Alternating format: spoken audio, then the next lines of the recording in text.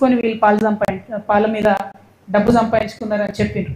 కానీ ఆ తర్వాత 4-5 రోజులలో ట్వీట్ గాయం.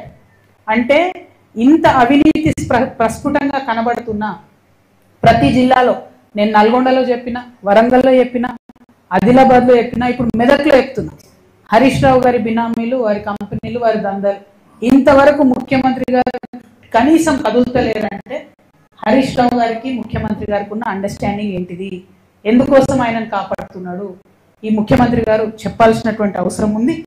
అట్లానే అనేక విషయాలు మీ దృష్టికి తీసుకొచ్చినాం. ఈ తర్వాత ఈ ప్రెస్ మీట్ తర్వాత మరి మెదక్ జిల్లాలో ఉండేటటువంటి పెద్దవాళ్ళు, ఇంటలెక్చువల్స్ అందరినీ కూడా కలుస్తున్నాం. ఆ తర్వాత మళ్ళీ ఇంకా కొన్ని సమస్యలు చూసుకొని మేము హైదరాబాద్ వెళ్ళడం జరుగుతుంది. మీ అందరికీ మెదక్ జిల్లా ప్రజలకు ముఖ్యంగా నేను ఇచ్చేటటువంటి మాట ఏంటంటే, తెలంగాణ జాగృతులు వచ్చిరా పోయినరా అన్నట్టు కాదు. మేము ఏ జిల్లాకు పోయినా వెళ్లే ముందు మంచిగా మళ్ళీ అడాక్ కమిటీలు వేసుకుంటున్నాం. మా కమిటీల ద్వారా ఈ సమస్యల మీద నిరంతరంగా పోరాటం చేస్తాం. తప్పకుండా తెలంగాణ జాగృతి సంస్థ ఇదివరకు ఎట్లా అయితే బలంగా ఉండేనో అంతకంటే ఎక్కువ బలోపేతం చేస్తాం. ప్రతినిత్యం ప్రజల్లో ఉంటాం. ఈ రాష్ట్రంలో ఒక ప్రశ్నించే శక్తిగా, ప్రజల యొక్క వజ్రాయుధంగా తెలంగాణ జాగృతి మారుతుంది రాబోయే కాలంలో అని స్పష్టం చేస్తూ మీ అందరికీ ధన్యవాదాలు తెలియజేస్తా ఉన్నాను. Thank you. జై తెలంగాణ, జై జాగృతి.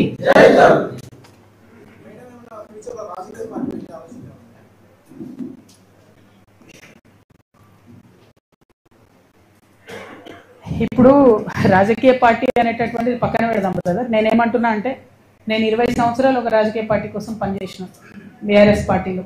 అంతకుముందు తెలంగాణ జాగృతి సంస్థ ఇండిపెండెంట్గా ఒక 6 సంవత్సరాలు నడిపినప్పుడైనా, రాజకీయ పార్టీలో పనిచేసినప్పుడైనా నాకు అర్థమైంది ఒకటే, ప్రజల పక్షాన నిలబడడం ఇంపార్టెంట్. పార్టీ పెట్టినామా, సంస్థగా ఉన్నామా అన్నది కాదు, ప్రజల పక్షాన నిలబడడం ఇంపార్టెంట్. ఇప్పుడు రాష్ట్రంలో ఉన్న పరిస్థితులు మీరు చూస్తున్నారు. నిన్న జూబ్లీ హిల్స్ ఉప ఎన్నికల్లో వచ్చిన రిజల్ట్ మీరు చూసిండ్రు. ఏం జరిగింది? మొత్తం ఊర్లలో ప్రతి చోట ఎక్కడ పోతున్నా కాంగ్రెస్ వ్యతిరేకత ఉన్నది. అది మీకు కూడా తెలుసు. అంత వ్యతిరేకత ఉన్నా అన్ని వేల మెజార్టీతో కాంగ్రెస్ పార్టీ ఎట్లా గెలిచింది, ఎందుకు గెలిచింది అంటే, అనుకున్న స్థాయిలో ప్రతిపక్షమైనటువంటి బీఆర్ఎస్ అందుకొని పనిచేయలేకపోతుంది అన్నది క్లారిటీగా అర్థమవుతున్నది. అక్కడ వాళ్ళు సోషల్ మీడియాలో ఉద్యమాలు చేస్తున్నారు తప్పితే కిందకు వచ్చి ఎటువంటి ఉద్యమాలు చేస్తలేరు.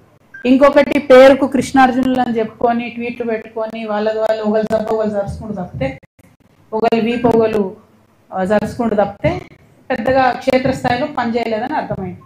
ఇలా చాలా కుట్రలు కూడా జరిగినాయి అనుకోండి జూబ్లీ హిల్స్ ఎన్నికలలో.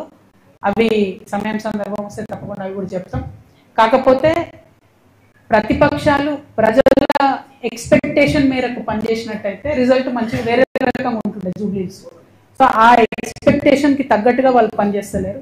అక్కడే తెలంగాణ జాగృతి వచ్చి ప్రజల మధ్య నిలబడి ప్రశ్నించాల్సినటువంటి అవసరాన్ని గుర్తించినాం కాబట్టి ఇంత పెద్ద కార్యక్రమం తీసుకొని ప్రతి జిల్లాకు కూడా వెళ్ళి పనిచేస్తా ఉన్నాం.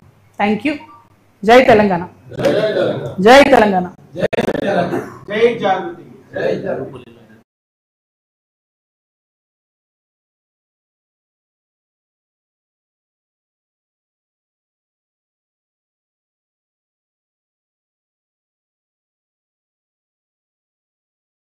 ఇప్పుడే తెలుస్తుంది కదా ఏళ్ల తరబడి చేసే మోసం అంటే. మీకు ఒక లేటెస్ట్ ఎగ్జాంపుల్ చెప్పాడు.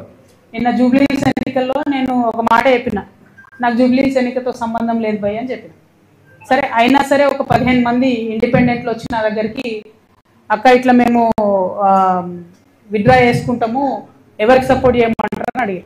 నేనన్నా నాకు సంబంధం లేదు భయ్ జూబ్లీ హిల్స్ ఎన్నిక, మీరు ఎవరి దగ్గరికి అనబోండి అని చెప్పి అది సక్క హరీష్ అన్న దగ్గర పోయారు.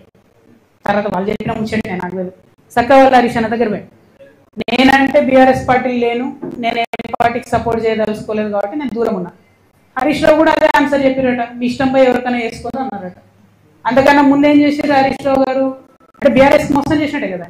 అంతకన్నా ముందేం చేసారు హరీష్ రావు గారు? ఎలక్షన్ పెట్టక ముందే ఈ పలానా క్యాండిడేట్ ని పెడితే మీకు సపోర్ట్ చేస్తా కాంగ్రెస్ కానీ చెప్పపిరట పైకి. వాళ్ళు వద్దన్నారట.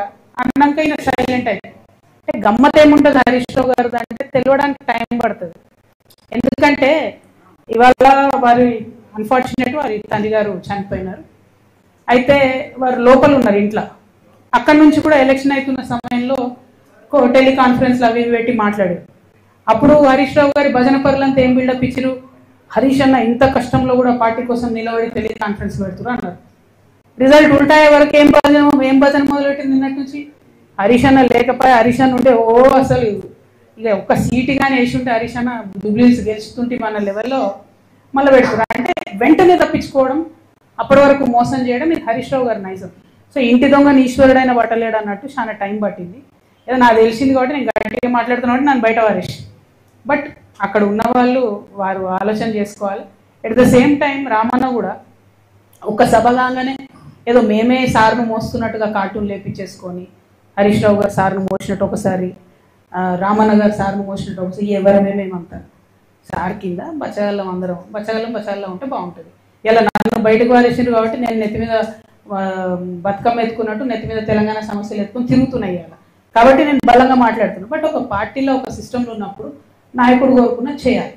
వీరేం చేస్తున్నారు, సభ సక్సెస్ చేయగానే రామన్న నెత్తి మీద సార్ పెద్ద సార్ ఫోటో పెట్టి నేనే మోసినా అని ఆయన వేసుకున్నాడు కార్టూన్.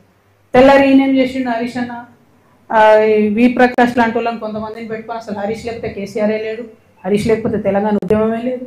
ఏంది ఇది అవసరమా? ఇప్పుడు ఇక్కడ పద్మదేవేందర్ రెడ్డి గారు ఉన్నారండి. వీరు 2009లో ఎక్కడ ఉన్నారండి? కేసీఆర్ గారి మీద నాకు గుర్తుంది 2 చేతులతోని దుమ్మెత్తి పోసి పార్టీని ఇడిచిపెట్టి వెళ్ళిపోయింది. ఆమె టికెట్ ఇవ్వకపోతే మేడము వెళ్ళిపోయిందిరా. మళ్ళా జర ఉద్యమం గట్టిగా ఈ సార్ దీక్ష చేయగానే ఎట్లొచ్చింది వాపస్? ఎవరు సపోర్ట్ మేడంకి, ఆ దేవేందర్ రెడ్డి అన్నకి? హరీష్ రావు గారు కదా. మరి ఈ జిల్లాలో ఓకే సపోర్ట్ ఉన్నది తీసుకొచ్చిరు. ఇక్కడ వింటుంటే అసలు ఎంత ఘోరం అండి. వస్తుంటే అవి నాకు కొన్ని చెప్పబోదు అయితే లేదు. ఒక్కొక్క ఉద్యోగం ఇస్తామని 2 లక్షలు తీసుకుంటారా, 3 లక్షలు తీసుకుంటారా? అన్ని మెదడుల పనులు పెండింగ్ ఉంటాయా? మరి అట్లాంటి నాయకులు సపోర్ట్ చేయొచ్చా బీఆర్ఎస్? అన్నాడు ఆ మేడం టీఆర్ఎస్లోకి వెళ్ళి బయటకు పోయి కేసీఆర్ గారి మీద 2 చేతులతో దుమ్మేసిపోతే ఆమెకు సపోర్ట్ చేసింది ఎవరండి? ఆ రోజు ఇటు పక్క పద్మకు ఓడిపోతుంది, అటు పక్క వైపీఆర్ అఫీషియల్ టీఆర్ఎస్ క్యాండిడేట్ ఓడిపోతాడు, ఇంకో మంచి గెలుస్తాడు. హౌ సపోర్ట్ చేయలేదా హరీష్ అన్న? అసలు చేస్తున్నాడు ఆయన. నేనేమంటున్నా అంటే ఫైట్ ఉంటే స్ట్రేట్ ఫైట్ చేయాలి. ఇప్పుడు నన్ను బయట వారేసిరు, నేను సింపుల్గా ఏం చేసిన సరే పోయి నన్ను బయట వేసిరు, నాకు తెలిసిన కాడికి నేను ప్రజా సమస్యల మీద ఎత్తుకొని తిరుగుతా అంటాను. అట్లా స్ట్రేట్ ఫైట్ చేయాలి. లేదు మోసపూరితమైన ఫైట్ చేస్తారు. కాబట్టి నేను ఒకటే అంటున్నా, ఒక పక్క రామన్న సోషల్ మీడియా ట్విట్టర్ ఇచ్చిపెట్టి గ్రౌండ్లకు రావాలి, వస్తే బాగుంటుంది ప్రజలకు.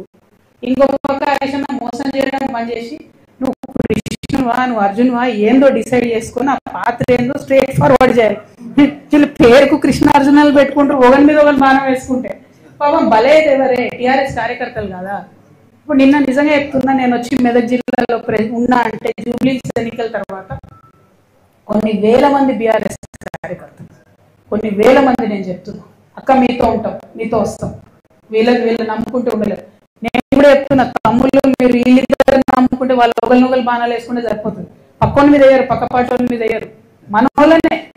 అరే ఇక్కడ నిన్న నేను ఒకరింటికి పోతే పాపం ఆయన పక్కకు పిలిచి చెప్తున్నాను, అక్క ప్లీజ్ మీరు నమ్మకండి, వీళ్ళు మన పార్టీ చేస్తలేరు పని అంటే. నేనే లేను కదా పోయి పార్టీలు అంటే, లేదక్క మేము మీతోనే ఉంటాం, పార్టీ కార్యకర్తలకు మాత్రం ఏమాత్రం లాభం జరగాలి అని చెప్తున్నాను. ఎవరండి జగదీష్ రెడ్డి ఎవరు చెప్పు, ఈ ప్రశాంత్ రెడ్డి ఎవరు చెప్పు, ఈ మదన్ రెడ్డి గారు ఎవరు, నిరంజన్ రెడ్డి గారు ఎవరు? ఏముండే వాళ్ళకు? ఇప్పుడు ఎట్లున్నారు వాళ్ళు? కొన్ని కార్యకర్తలు ఉన్నారు, నేనే ఉన్నా. మీరు చూసుకోండి, నా ఆస్తి లెక్కలు తీసుకోండి. 2014 ముందు ఏది ఉంది అదే ఉంది నా దగ్గర. ఛాలెంజ్ చేసి చెప్తున్నా, 3 ఏళ్ళు ఈడీ సిబిఐ కీసమెత్తనే మన ఉన్నదా నా దగ్గర అదనంగా? నాలాంటి ఉద్యమకారులు ఇక్కడ 100 మంది ఉన్నారు, దర్గాపడ్డ ఉద్యమకారులు. వీళ్ళకి ఏముందండి? నేనేమంటున్నా అంటే బ్రదర్, నేను చెప్పాను, నేనేమంటున్నా అంటే టిఆర్ఎస్ పార్టీ కార్యకర్తలు ముంచుడు, నాయకులు వెరుడు, ఇది కరెక్ట్ కాదు.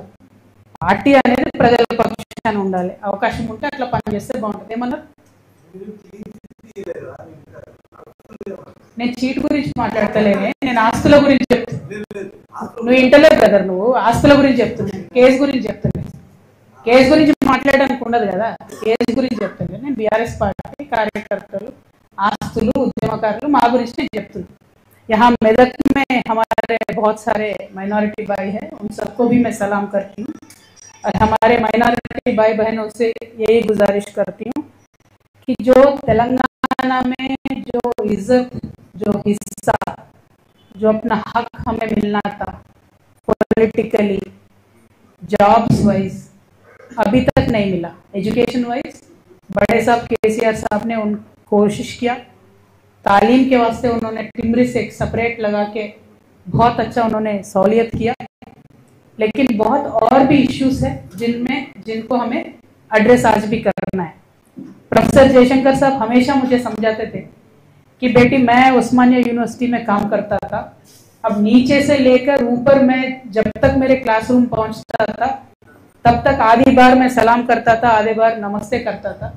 उतने सारे एम्प्लॉयज माइनॉरिटी के गवर्नमेंट में थे, हुकूमत में थे, लेकिन आज वो 5% से भी कम हो गए।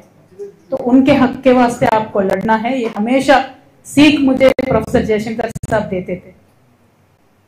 अब उनके बताए हुए रास्तों पे, केसीआर साहब के इंस्पिरेशन से मैं तेलंगाना के अवाम के लिए काम करने के लिए निकली हूँ, लेकिन आज मैं बीआरएस पार्टी में नहीं हूँ। तेलंगाना जागृति एक इंडिपेंडेंट ऑर्गेनाइजेशन है। इंडिपेंडेंटली तेलंगाना की बिटिया आपके सपोर्ट चाहते हुए सारे प्रदेश, सारे डिस्ट्रिक्ट्स में मैं जा रही हूँ। डिस्ट्रिक्ट में जितने भी हमारे मसाइल है उनको हुकूमत को बता के एक सोल्यूशन निकालने के लिए मैं मेरा कोशिश कर रही हूँ, और ये कोशिश तभी कामयाब होगा जब मैं आवाम के दरमियान रहूंगी। तो इसीलिए मैं आवाम के दरमियान आई हूँ, आपकी मदद चाहती हूँ। हर एक पहलू में हमें उर्दू को सपोर्ट करना है, माइनॉरिटी क्रिश्चियन को सपोर्ट करना है, माइनॉरिटी मुस्लिम को सपोर्ट करना है, माइनॉरिटी सिख को सपोर्ट करना है। For example minority Urdu working journalist union है, उनको आज तक एक्रेडिशन नहीं मिला है, तो हमारा पूरा मदद है आपको भी एक्रेडिशन रेगुलर जर्नलिस्ट के जैसा मिलना चाहिए। आपको भी यहाँ जो मेदक में जर्नलिस्टों को घर दिए बता रहे उनमें भी आपको हक मिलना चाहिए। అయితే నిజమో కాదో మరి మీ జర్నలిస్టులకు ధైర్యం ఉందో లేదో నాకు తెలియదు, కానీ మీ జర్నలిస్టులకు ల్యాండ్ ఇవ్వడానికి కూడా పైసలు తీసుకున్నారని తెలిసింది నాకు। 3 లక్షల రూపాయలు తీసుకొని ప్లాట్లు ఇచ్చినట్టు తెలిసింది। 3 4 అన్న 3ఏనా వాస్తవం అనేది? ఇక చూడు నేనేం చెప్పాలన్నా, ఘోరమైన పరిస్థితులు